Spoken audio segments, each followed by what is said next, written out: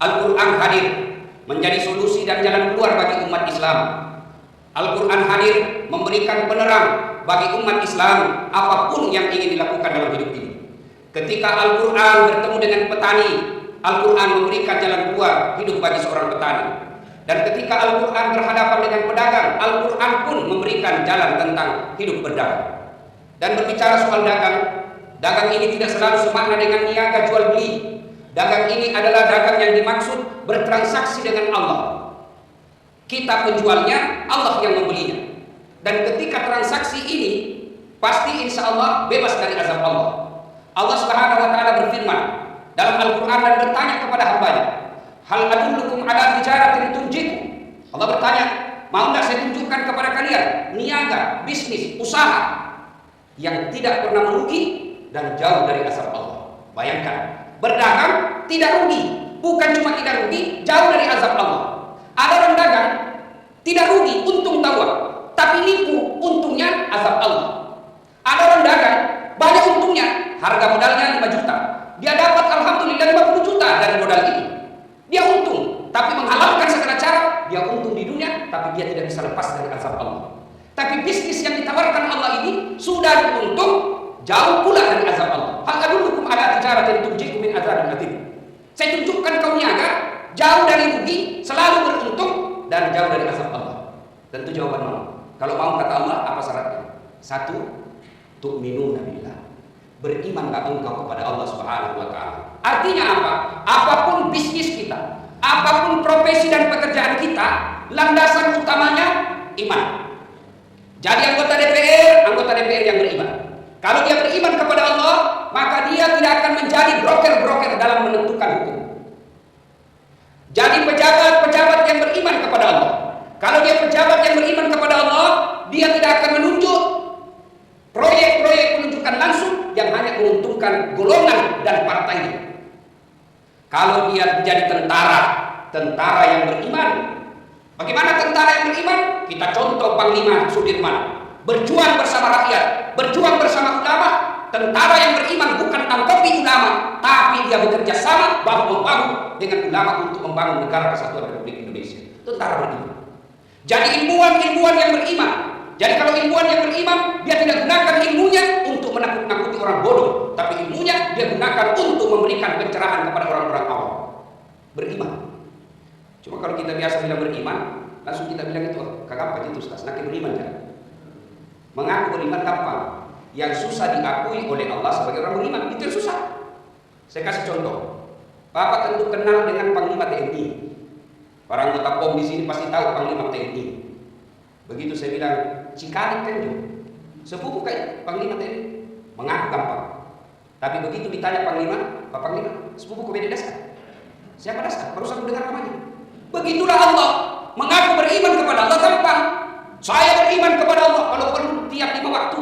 Beriman, asal beriman, saya beriman, tapi tidak pergi sholat. Saya beriman kepada Allah. Kalau kau beriman kepada Allah, kenapa Pak Isalam terlambat sampai Jumat? Tidak pernah pun tidak terlambat sholat Jumat. 2 itu tanda-tandanya. Paling terlambat datang, paling cepat pulang, orang khutbah dia tidur. Kalau kau beriman kepada Allah, kenapa kau selalu terlambat?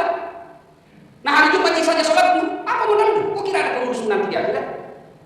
Kalau mengaku beriman kepada Allah, standar awalnya, standarnya yang real, ciri-cirinya yang nampak nyata, lihat sholatnya. Pak Pangdam, Pom Pangdam. Kalau Bapak melihat anggota yang baik, dia saja sholat. Biar dia jaga cerita agama, kalau azan dan datang dia mestinya percaya paniku itu. Tuhannya saja dia tipu, apalagi kita. Jadi kalau bicara iman, konkret nyata orang beriman itu sholatnya baik. Mau lihat anggota DPR yang baik, lihat sholatnya. Biar dia pakai songkok, pakai gamis, pakai serban, pegang tasbih, keluar dari mobilnya apa? Dia pakai sajadahnya, tapi tidak pernah boleh salat jamaah di masjid. Pembohong itu pasti kalau dia ada budaya mewah. Lihat aja sholatnya. Yang kedua, bisnis yang tidak pernah rugi.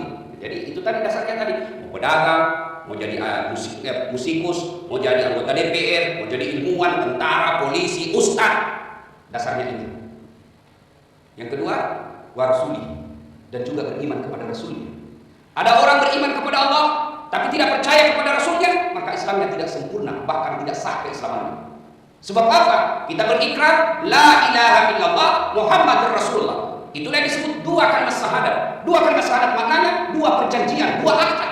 Dua perjanjian itu, perjanjian pertama la ilaha illallah, tiada Tuhan selain Allah. Tiada Allah, tiada Tuhan disembah kecuali Allah. Yang kedua, Muhammad Rasulullah, bahwa Muhammad adalah utusan Allah. Nah, mana aplikasinya? Wujud konkretnya? Kalau jadi tentara, beriman kepada Allah, beriman kepada Rasulnya. Mana wujud konkretnya? Sekarang sudah tidak ada. Dengar bapak-bapak tentara, kalau ada orang hafal Quran 30 juz, nah hafal artinya, tafsirnya, asbabun nuzulnya dia hafal, dia kuasai semua. Tapi dia mengaku nabi, jangan percaya. Ada orang kita lihat ulama hebat sekali, seluruh hadis dia hafal, asbabun nurutnya itu hadis, sejarahnya hadis pun dia kuasai, tapi dia mengaku dirinya sebagai nabi. Wajib kalian tidak percaya kalau dia mengaku nabi. Kenapa? Nabi akhir zaman, penutup para nabi Muhammad SAW. Kalau ada yang mengaku ada nabi setelah Muhammad, pasti itu kesesatan. Nah sekarang wujudnya tidak ada nabi sekarang. Bagaimana kita beriman kepada nabi? Salah satu di antaranya kita ikuti pewarisnya nabi. Siapa pewarisnya nabi? Al-ulama warisatul anbiya.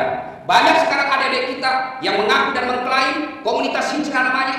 3 tahun dia maksiat, 3 tahun dia bajingan, tiba-tiba hijrah. Belajar agamanya hanya melalui YouTube, dari adik dengar ceramah-ceramah yang menghasut, akhirnya dia memahami agama dengan penuh kebencian.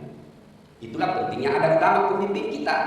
Wujud konkretnya, kalau bisa itu HP tak ngasih, yang ngasih nomor HP ustaz di dalam. Supaya begitu kita bingung bagaimana hukumnya ini, bapak langsung bisa tanya, Ustaz bagaimana hukumnya ini. Itu perlu ada pembimbing. Kenapa perlu pembimbing? Contoh, ada anggota tentara baru dari Mabes ditugaskan pergi ke Jeneponto. Tugas di Jeneponto. Kalau dia tahu jalan, ada uangnya, ada SIM STNK, lalu dia landing di Makassar, dia rental mobil, bawa mobil sendiri ke Jeneponto, dia tahu di jalan, aman. Kenapa? Dia tahu jalan, ada uangnya, ada SIM-nya, aman. Tapi kalau dia tidak tahu jalan, tidak punya SIM, lalu dia mau pergi ke Jeneponto tidak tahu jalan, landing dari Hasanuddin mau ke Jeneponto tidak tahu jalan, bawa mobil sendiri, saya khawatir tujuannya ke Jeneponto sampainya di Palopo. Kenapa? Karena dia tidak tahu jalan. Kalau bapak mau aman dalam belajar agama, tidak tahu tafsir, tidak tahu asbabun nuzul, paling aman tanya sama ulama. Bagaimana yang tentara tadi dia tidak tahu jalan, tidak punya SIM, bagaimana dia supaya sampai dengan selamat? Dengan cara apa? Naik mobil angkutan umum, biar dia tidur sampai. Begitu pentingnya ada ulama, ada pembimbing supaya apa? Kau tidak salah paham. Karena kalau memahami ayat sendiri tidak ada tafsir ahlinya yang bimbing, salah. Contoh, la ikraha fiddin, tidak ada paksaan dalam beragama. Itu artinya. Begitu ditanya, Pak PM, kenapa tidak sembahyang? La ikraha fiddin, tidak ada paksaan dalam agama. Kenapa tidak puasa Ramadan? La ikraha fiddin, tidak ada paksaan dalam agama. Salah tempat ini ayatmu, bos. Ayat ini menceritakan ketika Rasulullah mengajak kafir-kafir Quraisy waktu itu untuk masuk ke Islam, ajak-ajak terus sampai pamannya pun diajaknya, tapi tidak bisa dapat hidayah. Maka Allah sampaikan, la ikraha fiddin, tidak ada paksaan dalam beragama. Sekarang tidak bisa kau bilang itu ketika disuruh sholat Jumat. Yang ketiga, bisnis yang tidak pernah rugi dan jauh dari azab Allah, wa tujahiduna fi sabilillah, berjihadlah engkau di jalan agama Allah. Jihadnya para ulama, dakwah. Jihadnya pegawai negeri, layani masyarakat. Jihadnya tentara, jaga stabilitas negara Kesatuan Republik Indonesia. Itu jihadnya tentara. Jihadnya kami kepala rumah tangga, bapak-bapak yang cari nafkah, daripada keluar rumah, jalan kaki pergi, jadi tukang beca, jadi tukang bentor, jadi pedagang, buruh kasar. Kalau kau sholat subuh, kau keluar dari rumahmu lillahi ta'ala cari nafkah, tanggung jawab sebagai kepala rumah tangga, maka kata Nabi, langkah-langkah kakimu adalah fisabilillah, jihad. Jangan selalu memaknai jihad itu adalah pedang. Jihad itu adalah senjata. Kalau ini hanya ini yang kau pahami, maka jihad kita tidak dapat pahala jihad Indonesia karena tidak ada perang. Lalu jihadnya kita adalah amar ma'ruf nahi munkar. Kalau kita lihat ada kemungkaran, ada kebatilan, kata Nabi ada 3 cara memerangi dia. Pertama kata Nabi, kau lihat minuman baru, kau lihat perzinahan, kau lihat pencurian. Yang pertama kau lihat koruptor. Pertama kau lakukan kata Nabi, cegahlah dengan tanganmu. Tangan adalah simbol kekuasaan, tangan adalah simbol jabatan. Kalau kau tentara, tangan, kutangkap kau kalau masih begitu kau. Bukan kita tentara, bukan kita polisi, bukan kita aparat. Maka kata Nabi, yang kedua caranya mencegah kebatilan itu dengan cara apa? Pabilidari, dengan izan. Ini tugasnya pendakwah. Kita juga bukan punya kekuasaan, juga tidak punya kemampuan berkhotbah atau berceramah. Maka kata Nabi yang ketiga, tegurlah dalam hatimu, tapi ketahuilah menegur dalam hati adalah selemah-lemah iman. Sidang Jumat yang saya muliakan, inilah tiga bisnis yang ditawarkan oleh Allah. Beriman kepada Allah, beriman kepada Rasulnya, dan yang ketiga, berjihadlah kalian di jalan agama Allah sesuai dengan kemampuan dan kesanggupan. Jihad itu ada dua cara, dengan jihad amwal, dengan harta, anfus, dengan jiwa kita. Alhamdulillah, baru beberapa pekan kita tempati masjid ini. Bapak-bapak tentara tentu yang berpartisipasi pengadaan masjid ini, jabatan bapak bisa hilang, baju goreng bapak bisa lepas, pangkat jabatan itu ada pom PM tulis, begitu bapak pensiun bapak pakai di pasar, bilang kurang gila, bisa hilang.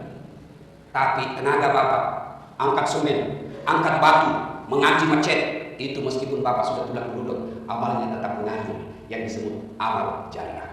Mudah-mudahan kehadiran kita dengan dakwah ini, dengan nasihat ini menjadi pencerah buat kita agar kita menjadi lebih baik. Kalau selesai dakwah ini ada perubahan perbaikan yang kita lakukan, alhamdulillah kita masuk dalam kategori Allah Subhanahu wa taala firman-Nya. Bismillahirrahmanirrahim.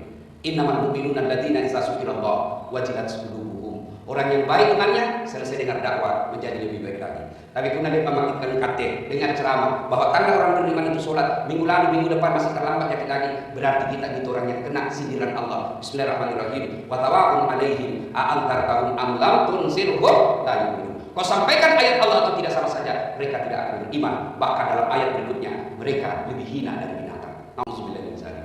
Demikian, semoga bermanfaat. Lebih dan kurang yang mau dimaafkan.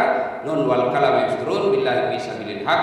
Barakallahu li wa lakum wa izza'il mu'minin innahu huwal